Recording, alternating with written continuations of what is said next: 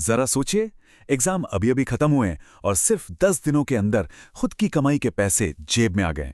अरे ये कोई फिल्मी कहानी नहीं है, बल्कि एक स्टूडेंट की बिल्कुल असल कहानी है। चलिए पता लगाते हैं कि ये सब हुआ कैसे।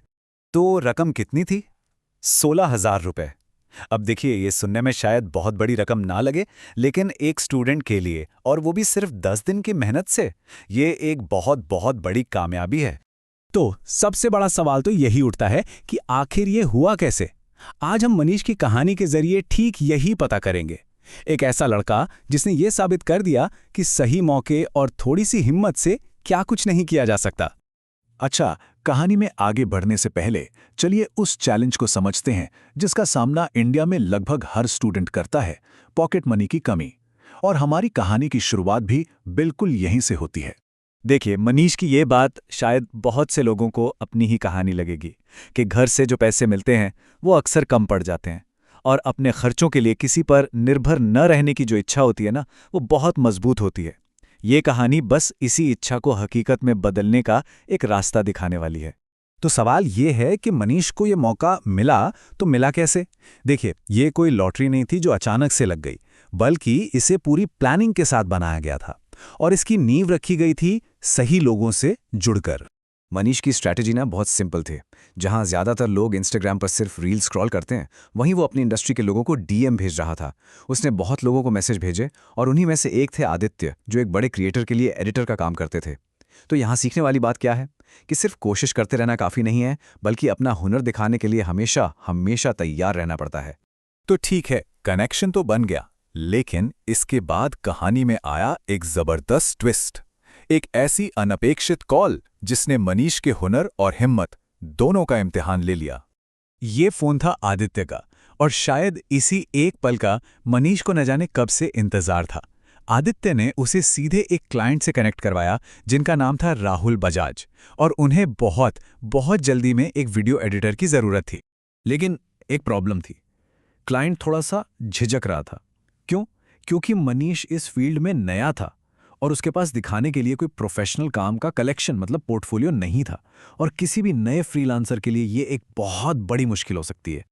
और यहीं पर नेटवर्किंग की असली पावर सामने आती है। मनीष का कोई बड़ा सा रिज्यूमे या चमचमाता पोर्टफोलियो तो नहीं था, लेकिन आदित्य के साथ बनाया गया वो एक कनेक्शन वो कहीं ज्यादा मजबूत साबित हुआ। उसकी इसी मेहनत ने वो दरवाजा खोल दिया जो शायद हमेशा के लिए बंद रह जाता।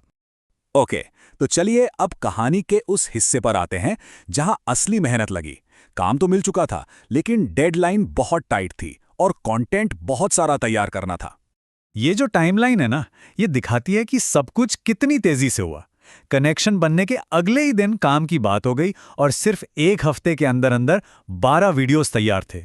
यही स्पीड और यही मेहनत इस कामयाबी की असली वजह बनी। तो काम था मोटिवेशनल वीडियोस एडिट करना, जिसमें टेक्स्ट और विजुअल्स का अच्छा खासा इस्तेमाल करना था। मनीष ने इसके लिए अडोबी प्रीमियर प्रो यूज किया। लेकिन मजे की बात पता है क्या है? वो खुद मानते हैं कि इस लेवल की एडिटिंग टैपकट जैसे फ्री और आसान टूल से भी आराम से हो सकती है। मतलब शुरुआत करने के लिए महंगे सॉफ्टवेयर का बहाना तो बिल्कुल नहीं चलेगा। तो ठीक है, स्किल दिखा दी, मेहनत भी कर ली। अब आता है सबसे जरूरी हिस्सा, पैसों की बात। चलिए देखते हैं कि मनीष ने अपनी मेहनत की सही कीमत कैसे तय की और पेमेंट उसे कैसे मिला। अब यहां मनीष से छोटी सी गलती हुई। उसने काम शुरू करने से पहले बजट फाइनल नहीं किया था। जब पैसों की बात हुई तो उसे एक रील के लिए 600 रुपए का ऑफर मिला, लेकिन उसने हिम्मत नहीं हारी, मोलभाव किया और बात 800 रुपए पर फाइनल हुई। ये जो छोटी सी बढ़ोतरी थी ना, ये भी उसकी एक बहुत बड़ी जीत थी। और ये रहा फाइनल हिसाब। 12 रील से बने 9,600 रुपए और 2 लंबे वीडियो से मिले 6,000 रुपए। कुल मिला के हो गए लगभग 16,000 रुपए। पता है, इस पूरे प्रोसेस में उसे ये भी सीखना पड़ा कि एक प्रोफेशनल बिल यानी इनवॉइस कैसे बनाते हैं, जो फ्रीलांसिंग की दुनिया का एक और बहुत ज़रूरी सबक है। तो इस पूरे एक्सपीरियंस से वो कौन सी ज़रूरी बातें हैं जो कोई भी स्टूडेंट या नया फ्रीलांसर सीख सकता है? चलिए अब इस कहानी के सबसे कीमती सबक को समझते हैं। तो देखिए, इस कहानी की सीख बिल्कुल साफ है। मौके चलकर नहीं आते हैं, उन्हें बनाना पड़ता है। दूसरी बात, काम शुरू करने से पहले पैसों की बात हमेशा हमेशा साफ करें। अपनी मेहनत का सही दाम मांगने में कभी मत झिझकिए। और हाँ, ये याद रखिए कि कभी-कभी सही स्किल से ज़्यादा कीमती होता है एक सही कनेक्शन।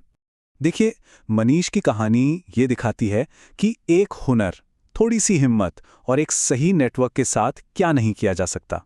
अब सवाल ये उठता है कि ऐसा कौन सा हुनर है जो पहली कमाई का जरिया बन सकता है? सोचिएगा ज़रूर।